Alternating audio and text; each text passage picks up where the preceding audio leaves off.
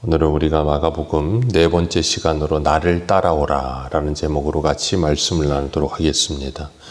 오늘 본문은 예수님께서 본격적으로 사역을 시작하시는 장면이 나오는데 14절을 보면 요한이 잡힌 후라고 시작하고 있습니다. 요한이 잡힌 후에 예수님께서 갈릴리에 가셔서 하나님의 복음을 전파하셨다 그랬습니다.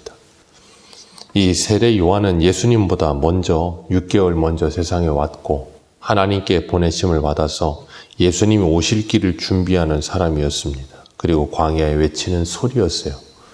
그는 하나님의 말씀을 충성스럽게 전했고 그리고 그 말씀에 최선을 다했습니다. 그리고 헤롯이 그 동생을 죽이고 그 동생의 아내를 취하였을 때도 세례 요한은 그곳에 가서 그것이 잘못됐다고 죄를 지적하며 책망했던 사람입니다. 이 세례 요한의 삶을 보면 참 멋있고 아름다운 삶을 살았어요. 그런데 그 세례 요한이 잡혔습니다. 그러면 예수님께서 가셔서 그를 도와주시고 풀어주시고 그러면 좋겠는데 예수님은 세례 요한이 잡힌 곳에 가지 않으십니다. 그리고 세례 요한이 잡혔다. 그 후에 예수님은 갈릴리에 오셔서 하나님의 복음을 전하셨다. 그렇게 말씀하고 있어요. 그 이유는 딱 하나입니다. 세례 요한의 사명은 거기까지이기 때문에 그래요. 예수님이 오실 길을 예비하는 사람이 세례 요한이었습니다. 그리고 세례 요한은 자신의 사명을 다하고 하나님께서 그를 데려가세요. 그런데 그 데려가시는 방법이 일반적이지는 않은 것이 우리들에게 어찌 보면 안타깝다는 생각이 들기도 하는 겁니다. 하나님의 사람이 하나님의 사명을 다하고 그 열심을 다했는데 그 마지막이 헤롯의 술 취함과 그 딸의 추만번으로 인하여 참 안타까운 모습으로 목이 베어져서 순교하게 되는 그 모습을 보면 그렇게까지 하는 생각도 들지만 하나님께서는 하나님의 사람들을 끝까지 책임지시고 그들을 하나님이 부르시는 방법에는 여러 가지가 있을 수 있다는 것을 우리는 기억해야 합니다. 이 세례 요한도 그렇지만 야고보도 헤롯이 유대인들의 마음을 얻고자 하여 순교하게 되고 베드로도 잡혀가는 모습도 봐요. 스데반은 돌에 맞아 죽는 모습을 봅니다. 참 그 마지막이 참 별로 그렇게 좋지 않은 것처럼 보일 수도 있어요. 그러나 우리가 잊지 말아야 될 것은 하나님의 백성들은 하나님께서 그 때가 차면 그들의 사명이 다하면 데려가신다는 거예요. 그리고 그들이 안식을 누리게 된다는 것을 우리는 기억해야 합니다. 여기서 보면 15절에 이르시되 때가 찼다라고 말씀하세요. 세례 요한의 때가 찼고 그리고 예수님의 때가 찼고 그리고 이 땅에 하나님의 나라가 임하는 때가 찬 겁니다. 그래서 예수님께서 말씀하세요. 하나님의 나라가 가까이 왔으니 회개하고 복음을 믿으라 하시더라. 세례 요한도 광야에서 외치던 메시지가 바로 이거였습니다. 하나님의 나라가 가까웠으니 회개하라. 그렇게 외쳤어요. 이 회개라는 단어는 한문으로 보면 뉘우칠 회자에다가 고칠 개자를 쓰고 있죠. 뉘우치고 고치는 걸 회개라고 하는 겁니다. 그래서 돌이킨다고 하죠. 원래 있던 자리로 되돌아오는 것이 회개예요. 그렇기 때문에 우리가 잊지 말아야 될 것, 하나님의 말씀을 듣고 그 말씀에 찔림이 있고 그 말씀에 우리들이 마음의 부담감을 갖게 되어질 때 우리는 회하게 되고 그리고 개하게 돼야 되는 겁니다. 그래서 성령께서 우리 안에 역사하시면 우리가 가던 길을 돌이켜서 하나님께로 돌아왔을 때 회개라고 하는 거예요. 그러지 않고 은혜를 받았다 아니면 내가 하나님의 만지심을 느꼈다 수많은 말들이 있을 수도 있겠지만 그들의 삶이 돌이켜지지 않았다면 그건 회개한 게 아니고요. 은혜 받은 게 아니에요. 그냥 우리의 감정적인 느낌이 있을 뿐이지 삶의 변화가 없이 회개했거나 아니면 은혜를 받았다는 말을 함부로 사용하면 안 되는 겁니다. 그런데 우리는 그런 걸 자꾸 그런 식으로 갖다가 이렇게 생각을 할 때가 있어요. 그러다 보니까 어떤 영화를 보면서도 감동적이면 은혜롭다고 그런 식으로 이야기를 해요. 은혜를 받았으면 반드시 그 삶의 변화가 그 회개에 합당한 열매가 있어야 은혜인 거예요. 아니면 그냥 감동을 받는 겁니다. 그런 감정적인 것에 우리가 속으면 안 되는 거예요. 오늘 본문 16절을 보면 16절에 예수님께서 갈릴리 해변을 지나시면서 베드로하고 안드레를 만나십니다. 그들이 금을 던지는 걸 봤는데 그들은 어부라 그러시면서 예수님께서 그들을 뭐라 그러세요? 나를 따라오라 그렇게 말씀하세요. 나를 따라오라. 예수님께서 제자들을 부르십니다. 제자들이 예수님을 찾아간 거 아닙니다. 예수님께서 찾아오셔서 제자들을 부르셨어요. 그 방법은 우리들도 마찬가지입니다. 우리가 하나님을 찾아간 것 아니고요. 하나님께서 우리를 찾아오신 거예요. 하나님께서 말씀으로 우리를 찾아오셔서 우리를 부르시는 겁니다. 제자들을 부르시는데 너희를 사람 낚는 어부가 되게 하리라 그렇게 말씀하세요. 그랬더니 18절에 그들이 그 주님의 부르심에 어떻게 반응합니까? 곧 그물을 버려두고 따르니라 그랬어요. 20절 같이 한번 읽습니다. 시작. 부르심에 그 아버지 예수를 그와 함께 내버려두고 예수를 따라가니라. 네, 예수님이 부르셨을 때 제자들의 반응은 한결같습니다. 다른 무엇이 없어요. 그냥 버려두고 따르니라예요. 예수님은 오늘 우리들도 찾아오셔서 나를 따라오라 분명히 말씀하신다 그랬습니다. 우리는 그 부르심에 무엇을 버려두고 따르시겠습니까? 곧 버려두고 따르니라 그랬는데 여러분은 뭘 버리고 따르시겠습니까? 우리의 모든 직업을 다 버리고 주님을 따르겠습니까? 하나님은 아브라함에게 그러셨어요. 내 본토 친척 아비의 집을 떠나라 라는 표현을 쓰셨어요. 제자들은 자신이 평생 가지고 살았던 직업을 버려두고 예수님을 따랐어요. 그건 우리에게 뭘 의미하고 있는 것인가 하면 우리의 옛사람을 버려두고 예수님을 따르라는 말이에요. 예수님이 나를 따라오라 그랬더니 직업 버리고 다 버리고 뭐 가정 버리고 다 버리고 주님을 따라가는 게 아니고 그건 불교에서 하는 거고요. 우리 옛사람을 내려놓고 옛 생활을 내려놓고 그리고 이제는 예수님을 따라가는 인생이 돼야 된다는 겁니다. 그래서 사도 베드로는 베드로전서 4장 3절에 이렇게 표현을 했어요. 너희가 음란과 정욕과 술 취함과 방탕과 향락과 무법한 우상 숭배를 하여 이방인의 뜻을 따라 행한 것이 지나간 때로 족하도다. 생각해 보세요. 예수님이 나를 따라오라 그랬는데 직업은 다 버렸는데 음란과 정욕과 술 취함과 방탕과 향락과 무법함과 우상 숭배는 다 가지고 따라간다면 그게 다 버리고 따른 겁니까? 아니에요.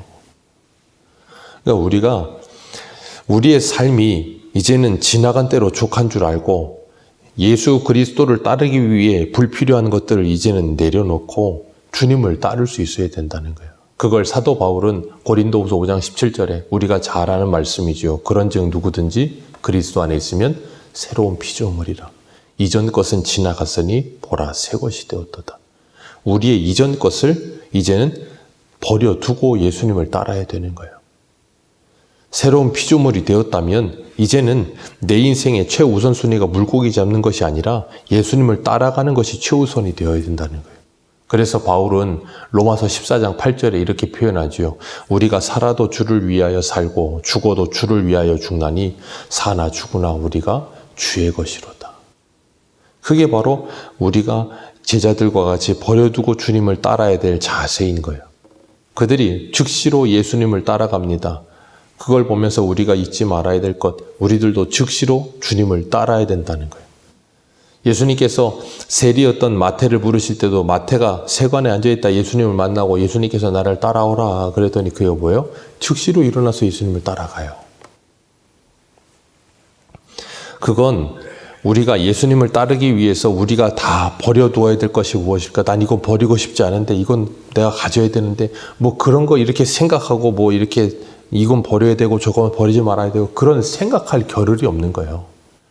그냥 생각할 겨를이 없고 예수님이 나를 따라오라 하면 우리가 가지고 있던 것들을 그냥 내려놓고 주님을 따르게 되는 거예요. 그 이유는 딱 하나입니다. 우리가 가지고 있던 것보다 주님이 더 좋아졌기 때문인 거예요. 우리가 예수님께서 천국 비유를 하실 때도 분명히 말씀하셨어요. 천국은 마치 밭에 감추인 보화와 같다라고 말씀하시면서 그 보화를 발견한 사람이 뭐 한다 그랬어요? 자기 집에 가서 모든 가산을 다 팔아 뭐 한다고요? 그 밭을 샀느니라. 그게 바로 여기 18절과 20절에 나오는 버려두고 주를 따르니라예요. 내가 가지고 있던 기존에 가지고 있던 모든 것을 다 팔아서 새로운 가치를 사서라도 그 가치를 가지고 싶어하는 마음이 우리 안에 일어난다는 거예요. 그래서 그걸 요즘 젊은 사람들의 표현대로라면 신세계가 열렸다라고 이야기하는 거예요. 새로운 세계가 열리는 거예요. 하나님의 말씀의 세계, 진리의 세계, 영원한 하나님의 나라가 우리에게 열려지게 되면 우리가 이 땅을 살아가면서 이 땅의 것보다도 더 가치 있는 것이 있다는 걸 깨닫게 되어질 때 이런 일이 일어나는 거예요. 그렇게 되면 우리는 뭐 하겠어요? 우리가 가지고 있는 모든 것들을 이제는 다 버려둔다는 표현이 사도 바울이 그렇게 표현하잖아요. 내가 예수 그리스도를 아는 것 외에는 모든 것을 다 어떻게 여긴다 그랬어요? 배설물과 같이 여긴다 그랬습니다. 그렇다고 해서 사도 바울이 그 모든 걸 완전히 뭐 다 버렸습니까? 아니에요. 사도 바울은 자신이 가말리엘 밑에서 배웠던 그 모든 율법을 가지고 뭐 했어요? 그걸 가지고 예수 그리스도를 전하는데 아름답게 사용했어요. 사도 바울은 자신의 로마의 시민권을 가지고 뭐 했습니까? 빌립보 감옥에 갇혔을 때도 내가 로마의 시민권자라고 이야기하기도 하고, 예루살렘에 가서 잡혔을 때도 나 가이사에 가서 심판받겠다고 이야기하면서 자신이 가지고 있던 것들을 이제는 뭘 위해 사용해요? 하나님의 복음을 전하는 일에 재료로 사용하게 되는 거예요. 우리가 가지고 있던 모든 것들을 버려둔다는 것은 그것에 집착하고 그것을 욕심내던 삶에서 이제는 그걸 하나님의 영광을 위해 사용하는 존재가 되어지게 되는 거예요. 그게 다 버려두는 삶인 거예요. 그렇기 때문에 먹든지 마시든지 무엇을 하든지 하나님의 영광을 위하여 하라라고 말씀하시는 겁니다. 그래서 예수 그리스도를 믿고 구원받은 하나님의 백성들에게 있어서 인생의 유일한 그리고 최고의 목적은 뭐예요? 하나님의 영광이에요.